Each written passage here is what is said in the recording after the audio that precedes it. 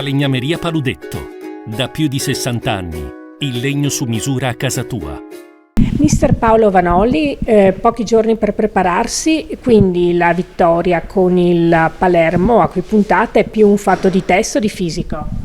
Ma entrambi, dobbiamo essere bravi a recuperare fisicamente perché i giorni erano pochi dopo uno stress psicofisico contro il Brescia.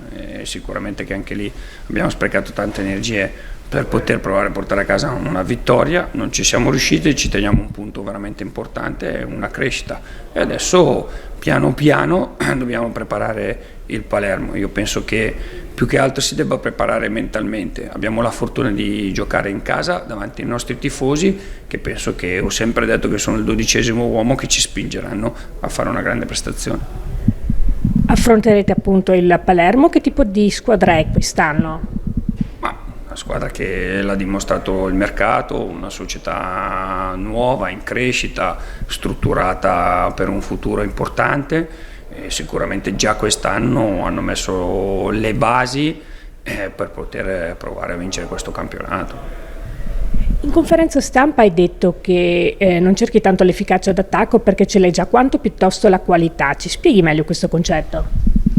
Ma noi coi dati statistici dietro il Palermo siamo la squadra che ha creato più occasioni di tutte in questa Serie B, quindi vuol dire che lì vicino all'area di rigore ci arriviamo. Dobbiamo essere più lucidi, più qualitativi e a volte anche in quello che è il singolo, anche la qualità di quello che viene nell'aspetto personale di un giocatore, quindi il dribbling, il tiro, la qualità. Anche domenica, come ha detto i tuoi colleghi, abbiamo fatto 12 tiri in porta, ma 12 ribattuti, quindi alla fine Lezzerini ha fatto 0 parate, bravissimi i loro difensori, però anche noi in quell'occasione lì dobbiamo sapere migliorare la qualità del tiro. Per quanto riguarda la squadra, come stanno i ragazzi?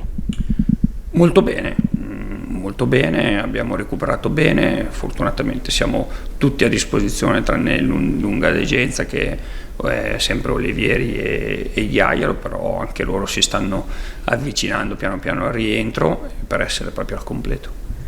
Atteso che tu ti aspetti il massimo sempre da tutti, in particolare in questo momento chi sono i giocatori da cui ti aspetti un po' di più, visto che hai detto che manca la qualità soprattutto nell'ultimo terzo? Sono una persona che pretende da me stesso, in primis, di dare molto di più, e lo pretendo da tutti. In generale non è un solo reparto, cioè non è che oggi sta facendo bene i difensori perché non stanno prendendo gol, no, noi siamo una squadra migliora, se migliora il singolo migliora anche la squadra, quindi ognuno di loro pretendo che arrivano, si concentrano per migliorare, uno per la squadra e secondo anche per loro stessi perché hanno un futuro davanti.